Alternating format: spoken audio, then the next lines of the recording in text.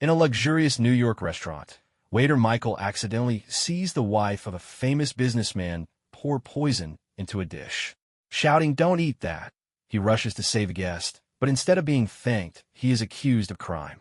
Can a simple waiter prove the truth in a world where his word is worthless against the powerful? The air in New York City carried a crisp chill that April evening, but inside the Golden Horizon, a high-end restaurant nestled in the heart of Manhattan, the atmosphere buzzed with warmth and elegance. Crystal chandeliers cast a soft glow over polished marble floors, and the clink of fine china mingled with the low hum of conversation. For Lisa Reed, a 28-year-old waitress with tired eyes and a practiced smile, it was just another long shift.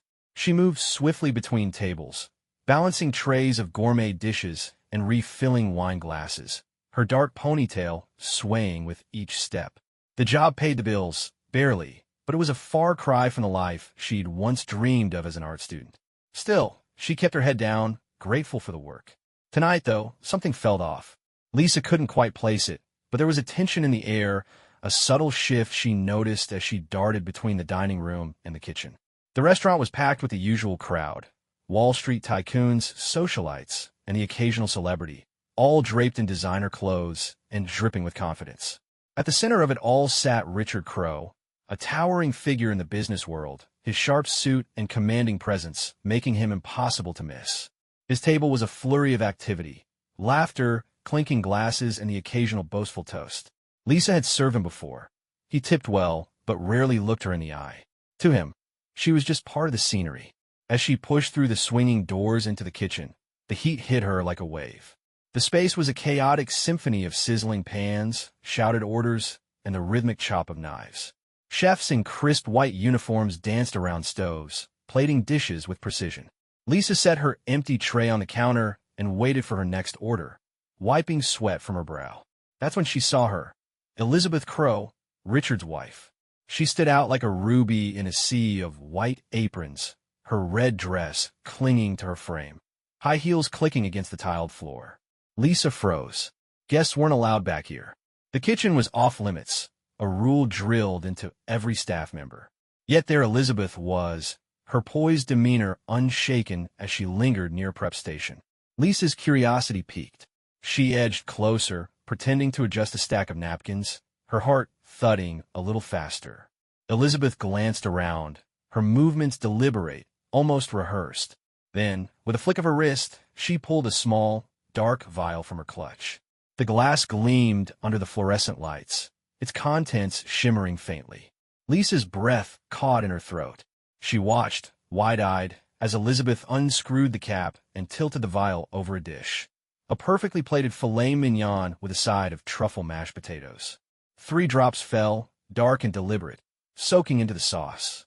Elizabeth capped the vial, slipped it back in her bag, and stepped away, her face calm, almost smug.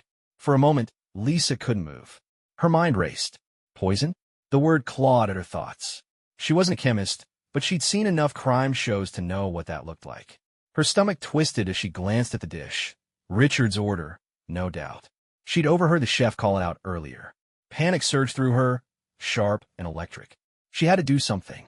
But what? She was just a waitress, invisible to these people.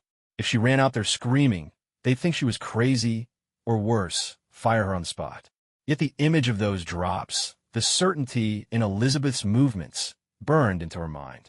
She couldn't just stand there and let someone die. The kitchen doors swung open as another server grabbed the dish, oblivious to what had just happened. "Table 12, Crowe's order," he muttered, heading for the dining room.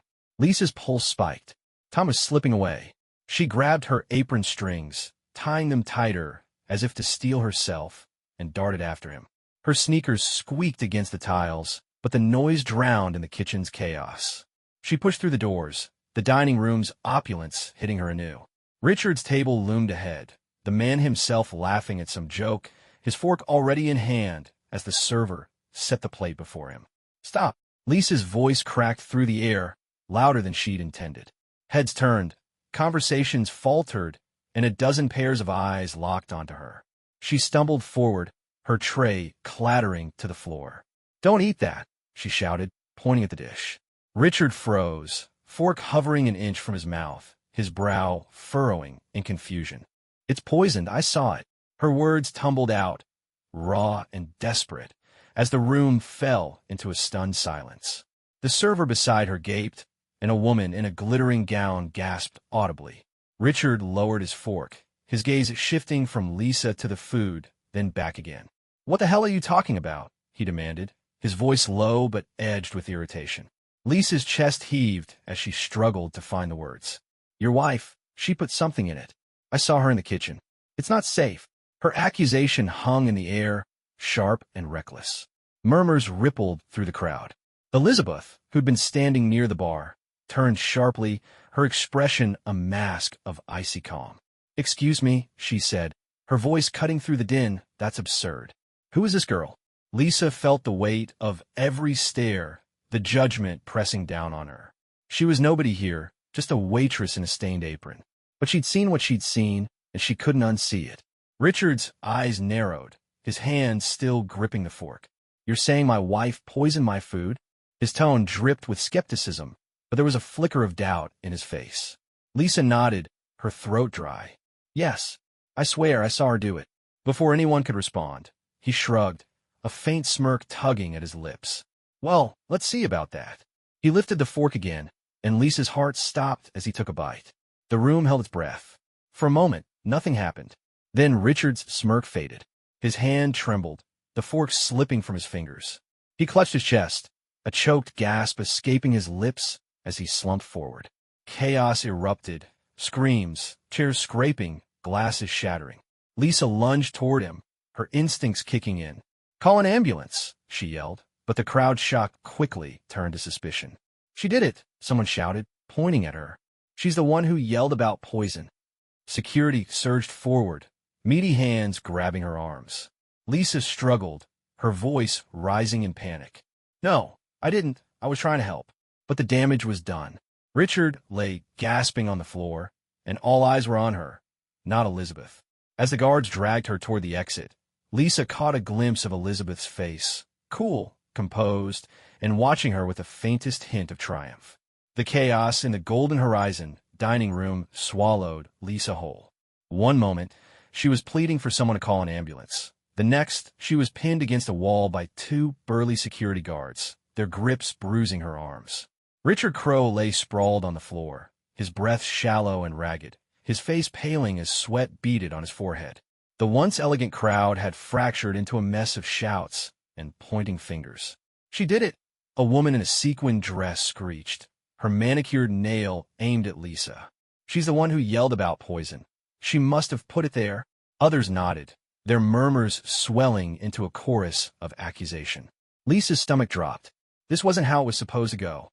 "I didn't do anything," she cried, twisting against the guard's hold. "I saw his wife, Elizabeth. She's the one who poisoned it. I was trying to stop him." Her voice cracked, raw with desperation, but it drowned in the rising tide of panic. The guards didn't flinch, their faces set in grim determination as they dragged her toward the restaurant's back exit. She caught fleeting glimpses of the scene, waiters hovering uselessly, a spilled glass of wine pooling red on the marble, and Elizabeth Crowe standing near the bar, her arms crossed, her expression unreadable. Lisa's chest tightened. That faint curl of Elizabeth's lips, was it satisfaction? It vanished as quickly as it appeared, leaving Lisa doubting her own eyes. The cold night air hit her like a slap as the guards shoved her out the back door into the alley. The heavy metal clanged shut behind her, muffling the chaos inside. "Stay put," one of them growled, his hand hovering near a radio clipped to his belt. "Cops are on their way."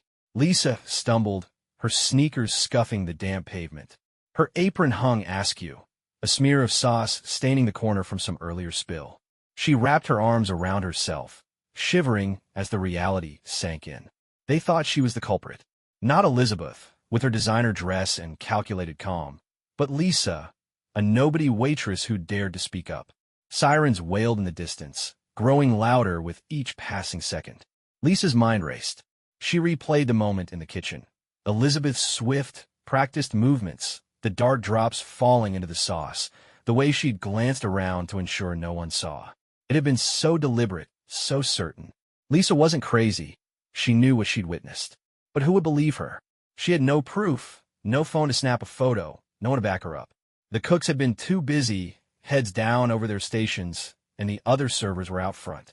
She was alone in this, and the weight of that truth pressed down on her like a stone. Blue and red lights flashed as a police cruiser screeched to a halt at the alley's mouth. 2 officers stepped out, their boots thudding against the asphalt. The taller one, a broad-shouldered man with a buzz cut, eyed her with immediate suspicion. "You the one causing trouble in there?" he asked, his tone clipped.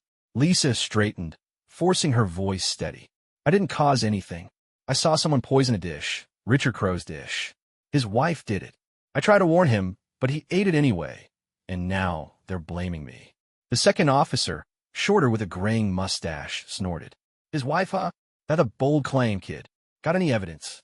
Lisa's heart sank. "No, I didn't have time to grab anything. But I saw her. She had a vial, and she poured it right into his food." The tall officer stepped closer, his shadow looming over her. "So, you're saying Elizabeth Crowe, one of the richest women in this city, decided to play poisoner in a crowded kitchen, and you, a waitress, just happened to catch her? Sounds like a fairy tale to me." Before she could argue, the back door banged open again. The restaurant's manager, Mr. Hargrove, stormed out, his face flushed with fury. "That's her," he barked, jabbing a finger at Lisa.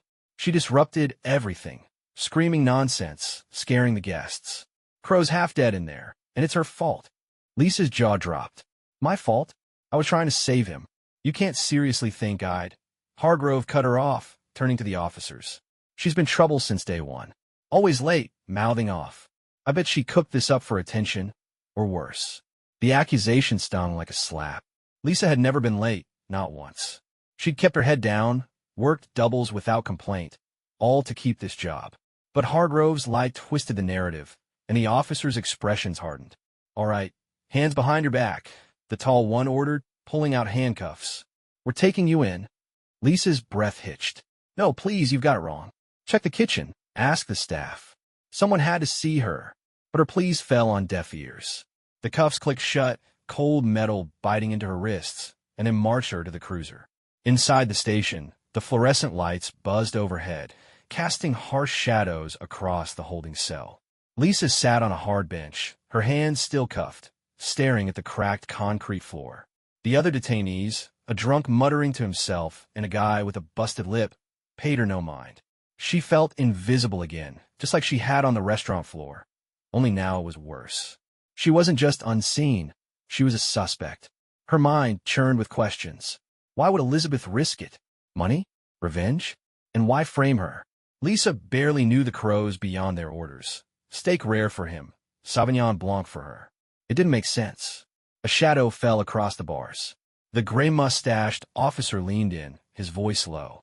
"Crow's in the hospital. Docs say it's poison. All right, something fast-acting.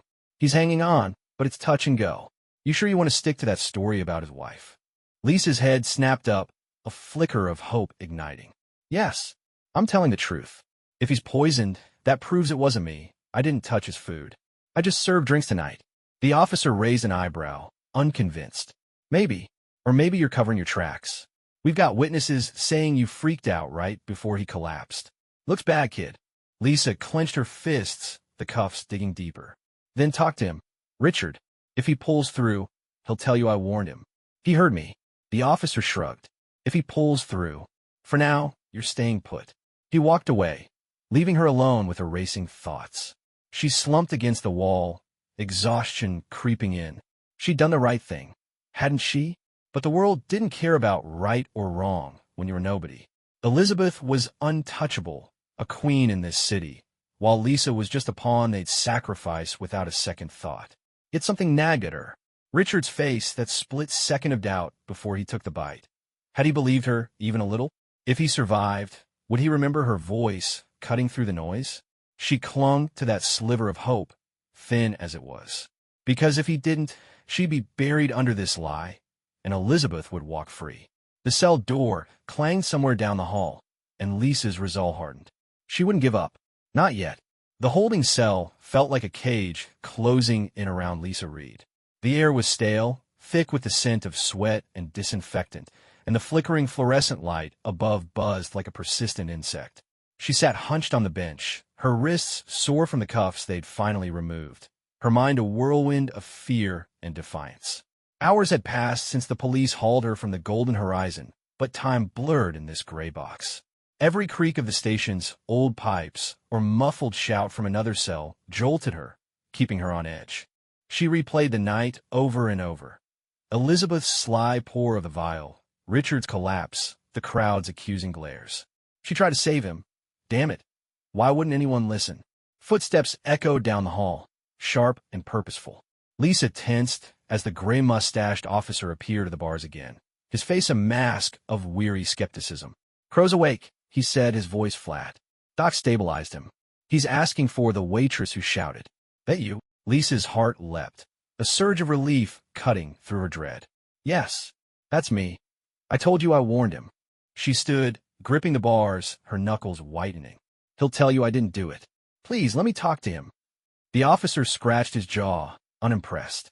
"Not so fast. He's weak, barely coherent. And his wife's already spinning her story. Says you're a liar, maybe even unhinged. Claims you've got a grudge against her." Lisa's jaw tightened. "A grudge? I don't even know her. I just serve her wine. She barely looks at me." The officer shrugged. "That's her line.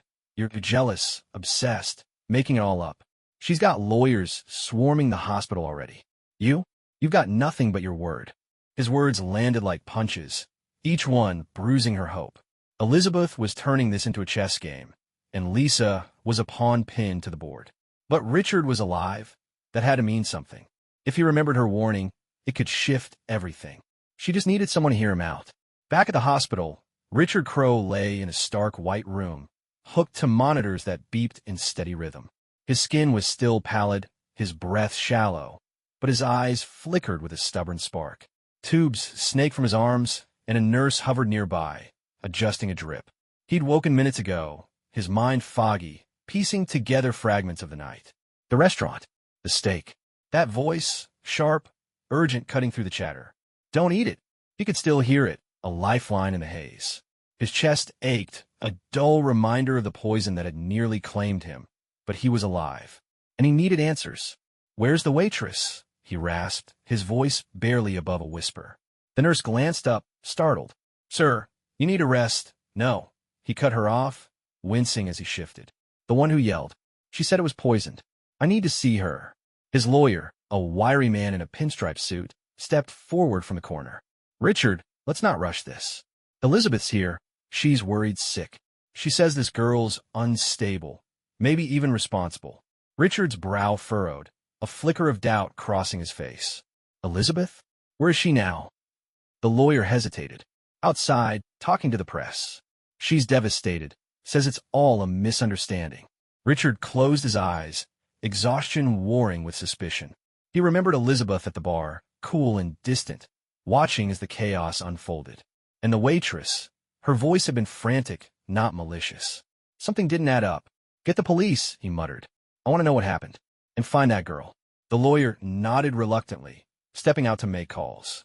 Alone again, Richard stared at the ceiling, the memory of that bite, the faint, bitter tang before the pain, gnawing at him. Had he been wrong to dismiss her? Meanwhile, back at the station, Lisa paced her cell, her sneakers scuffing the floor. The officer's words echoed in her head. Elizabeth's lawyers are swarming. She pictured them, sharp suits, sharper tongues, tearing her apart before she even got a chance to speak. She had no money, no connections, just a truth no one wanted to hear. But then a new thought struck her, sharp and sudden. Earlier that day, before the dinner rush, she'd seen Elizabeth in the staff break room. It was odd. Guests didn't wander there, but Lisa had been too busy to question it. Elizabeth had been rifling through her clutch, muttering to herself, and Lisa had glimpsed that same dark vial, half hidden in her hand. She dismissed it then, too focused on prepping tables. Now it clicked into place. She banged on the bars. "Hey, officer." The tall one with the buzz cut appeared, annoyance etched on his face. "What now? I saw her earlier." "With the vial," Lisa said, her voice steady despite her racing pulse. "In the break room, hours before dinner. She was hiding it. Check the security cameras. There's one by the staff entrance." The officer frowned, crossing his arms. "You're grasping, kid. Why would she be back there?" "I don't know," Lisa snapped. "But I saw it. If you don't believe me, look at the footage. It's proof. He studied her, his skepticism wavering for the first time. All right, he said finally. I'll pass it along. But if this is a wild goose chase, it's on you. He walked off, leaving Lisa trembling with a mix of hope and dread. The cameras might save her, or they might show nothing, sealing her fate. She sank back onto the bench, her mind drifting to Elizabeth. Why poison Richard? Money seemed obvious. His empire was worth millions. But Lisa sensed something darker, a personal edge to Elizabeth's calm. She'd overheard them arguing once, months back, about a deal gone sour. Had that festered into this? At the hospital, the police arrived, trailed by Richard's lawyer. The officer in charge, a stern woman with a notepad, leaned over Richard's bed. Mr. Crowe, you asked for the waitress.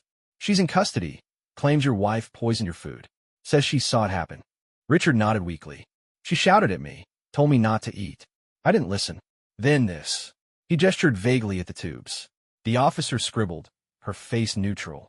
Your wife says it's nonsense. Says this girl's got a vendetta. Any reason to doubt either of them? Richard hesitated, his mind churning. I don't know her, the waitress. But she didn't sound crazy. She sounded scared. Elizabeth, she's been off lately. Distant. Check the kitchen. If there's anything to find, it's there. The officer straightened. We're pulling footage from the restaurant, but it's spotty. Cameras don't cover the kitchen itself. We'll see what we've got. She paused, then added, the girl mentioned a break room sighting too. We're looking into it. Richard's eyes sharpened. Good. Do it fast. If she's telling the truth, I owe her. The officer nodded and left, leaving Richard alone with his thoughts. He didn't want to believe Elizabeth could do this, but doubt gnawed at him, growing sharper with every beep of the monitor. Back in her cell, Lisa clung to her sliver of hope. If the cameras caught Elizabeth, she might walk free. If not, she'd be the scapegoat. The stakes felt impossibly high, and the waiting was torture. She didn't know it yet, but across town, a detective was already spooling through grainy footage, his eyes narrowing as a familiar red dress flickered on screen. The hospital room was a sterile cocoon, its silence broken only by the steady beep of machines tracking Richard Crowe's fragile recovery. He lay propped against pillows, his face gaunt but his eyes sharp, fixed on the detective who'd just entered. The man, a wiry figure named Detective Harris, carried a tablet under his arm, his expression unreadable. Richard's lawyer hovered nearby, arms crossed, while outside the door, Elizabeth's voice drifted in, smooth and insistent as she spoke to a nurse. I need to see my husband, she said, her tone laced with rehearsed concern. Richard's jaw tightened. He'd asked for space, but she lingered like a shadow he couldn't shake. Mr. Crowe, Harris began, tapping the tablet to life. We've got something. Footage from the staff entrance at the Golden Horizon. It's not the kitchen, but it's close enough. Richard leaned forward, ignoring the twinge in his chest. Show me. The screen flickered, revealing grainy black and white video. A timestamp glowed in the corner. 5:47 p.m., hours before the chaos. There she was, Elizabeth, unmistakable in her red dress, slipping through the staff door. She glanced over her shoulder, then pulled something from her clutch, a small vial, dark and glinting. She tucked it away quickly, but the camera caught it. Richard's breath hitched. That's her, he said, his voice low. What you doing back there? Harris swiped to another clip. This is from the alley, 7:02 p.m., just before your dish went out. She's leaving the kitchen exit, alone. The footage showed Elizabeth stepping into the shadows, her heels clicking silently on the pavement, her face calm, but her hands clenched. No staff saw her in the kitchen itself, Harris added, but one cook, Rodriguez, says he heard heels clicking behind him right before the dish was plated. Didn't think much of it then. Now, it lines up. Richard's hands balled into fists. And the waitress? Lisa. She's the one who tipped us off, Harris said. Said she saw your wife with a vial earlier, then again in the kitchen during service. We've got her in custody, but Crowe, she's sticking to her story. And this backed her up. Richard's mind churned. The bitter taste before the pain, Lisa's desperate cry. It was falling into place. Get her here, he rasped. I want her in court. She's not taking the fall for this. Across town, Lisa sat in the police station's interrogation room, her hands clasped tight to stop them trembling. The gray-mustached officer sat opposite her, flipping through a notepad, while the tall one leaned against the wall, arms crossed. "You're lucky, Reed," the gray one said, his tone grudging. "Crow's awake, and he's backing you. Says you warned him. Plus, we've got footage, Elizabeth Crowe, with something suspicious. You might not be as crazy as we thought." Lisa's head snapped up, relief flooding her. "So you believe me? You're letting me go?" "Not yet," the tall one cut in. "You're a witness now. Court's tomorrow. Crow's pushing for a fast track. You'll testify. But if you're lying, this all crashes down on you." Lisa nodded, her throat dry. Testifying meant facing Elizabeth, those cold eyes, in a room full of people who'd already judged her. But it also meant a chance at the truth. "I'll do it," she said, her voice steady despite the fear gnawing at her gut. The next morning, the courtroom buzzed with tension. Reporters crammed the back rows, cameras flashing as Lisa stepped to the witness stand. Her borrowed blazer felt stiff, too big for her frame, but she squared her shoulders, determined. Richard sat in a wheelchair near the front, his gaze fixed on her, a silent nod urging her on. Elizabeth occupied the defendant's table, pristine in a navy suit, her face a mask of poised indignation. Her lawyers flanked her, whispering furiously as the prosecutor, a sharp-eyed woman named Ms. Carter, approached Lisa. "Ms. Reed," Carter began, "tell us what you saw on April 1st at the Golden Horizon." Lisa took a deep breath, the room's weight pressing on her. "I was working my shift, waiting tables. Around 7 p.m., I went to the kitchen for an order. That's when I saw Elizabeth Crowe. She wasn't supposed to be there. Guests aren't allowed. She had a vial, small and dark, and she poured something into a dish, Richard's dish. I saw it clear as day." Murmurs rippled through the crowd. Carter nodded. "And what did you do?" "I ran to the dining room," Lisa said, her voice gaining strength. "I yelled for him not to eat it, told him it was poisoned. He didn't believe me at first. He took a bite. Then he collapsed. I tried to help, but everyone thought I did it." Carter held up a still from the footage, Elizabeth with a vial. "Is this what you saw?" Lisa nodded. "Yes, that's it." Elizabeth's lead attorney, a slick man with a shark smile, rose for cross-examination. "Ms. Reed, you're a waitress, correct? No formal education beyond high school, struggling to pay rent. Isn't it possible you fabricated this to get attention or money?" Lisa's cheeks burned, but she met his gaze. "No, I don't care about attention. I saw what I saw, and I couldn't let him die." The lawyer smirked. "Convenient, though, that no one else noticed, except you, a nobody with a perfect view." Before Lisa could respond, Rodriguez, the cook, was called.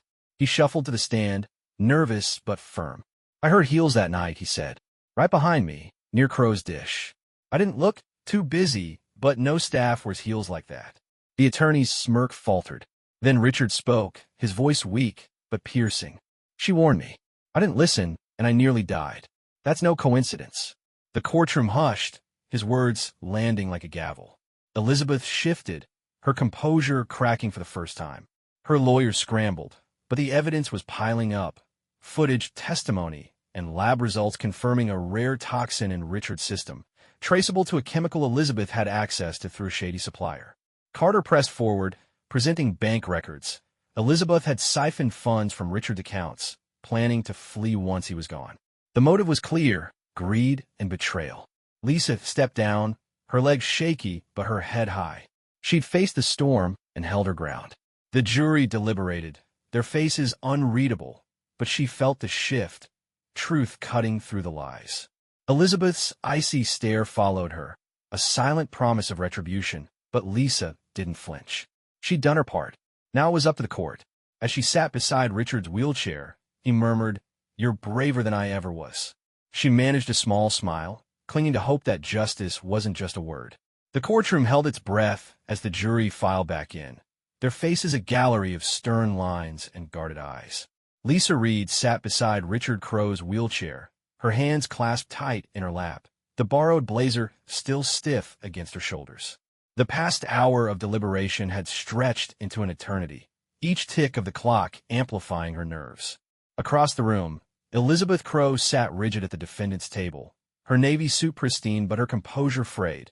Her fingers tapped an uneven rhythm, betraying the calm she'd clung to throughout the trial. The judge, a gray-haired woman with a no-nonsense air, adjusted her glasses and nodded. "Foreperson, have you reached a verdict?" A middle-aged man in a plaid shirt stood, clearing his throat. We have, Your Honor. On the charge of attempted murder, we find the defendant, Elizabeth Crowe, guilty. On the charge of financial fraud, guilty. A ripple of gasps and murmurs swept through the room. Lisa exhaled, a shaky breath she hadn't realized she'd been holding. Richard's hand brushed hers, a quiet gesture of gratitude.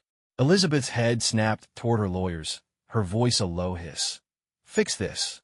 But the sharp-smiled attorney could only shake his head, his arsenal depleted. The gavel struck, sharp and final. Elizabeth Crowe, you are sentenced to 20 years in prison, with no parole for 15, the judge declared. The court also orders the forfeiture of assets tied to your fraudulent activities. Elizabeth rose as the bailiff approached, her mask slipping fully now. Her eyes blazed with fury, locking on Elisa for a fleeting, venomous second before she was led away. The reporters surged, cameras flashing, but Lisa barely noticed. It was over. She'd stood up, told the truth, and won, not just for herself, but for Richard, for justice. As the room emptied, Richard turned to her, his voice rough but warm. You didn't have to do this, you know. Risk everything for me, a stranger. Lisa met his gaze, a faint smile tugging at her lips. I couldn't just watch. Not when I knew. He nodded, understanding flickering in his tired eyes. Come with me, he said, wheeling toward the exit. There's something I want to show you. Minutes later, they stood outside the courthouse, the April sun casting long shadows across the steps. Richard handed her an envelope, his hands steady despite his frailty. Open it. Inside was a contract, simple, typed and signed. It's a job, he explained. Manager at the Golden Horizon. Full benefits, good pay. You've earned it. Lisa's breath caught. Manager? I'm just a waitress. He chuckled softly. You're more than that now. You've got guts, and I need someone I can trust. She stared at the paper, the weight of it sinking in. This wasn't just a job. It was a lifeline, a chance to climb out of the hole she'd been stuck in since dropping out of art school, since the endless shifts and ramen dinners. Thank you, she whispered, her voice thick. But why me? Richard's expression softened. Because you saw what no one else did. You fought when it was easier to walk away. That's rare. Lisa nodded, folding the contract carefully. For the first time in years, she felt seen, not as a shadow in an apron, but as someone who mattered.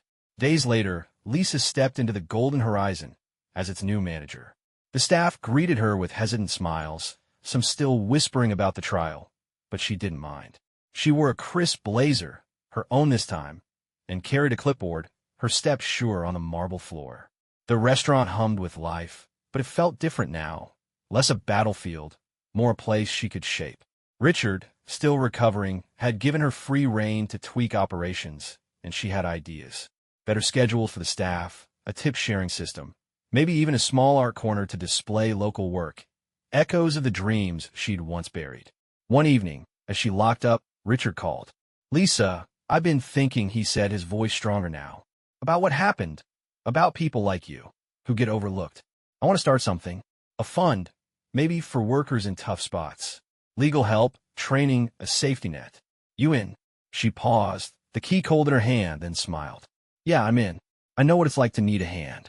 They brainstormed over the next weeks, sketching out the Crow Reed initiative.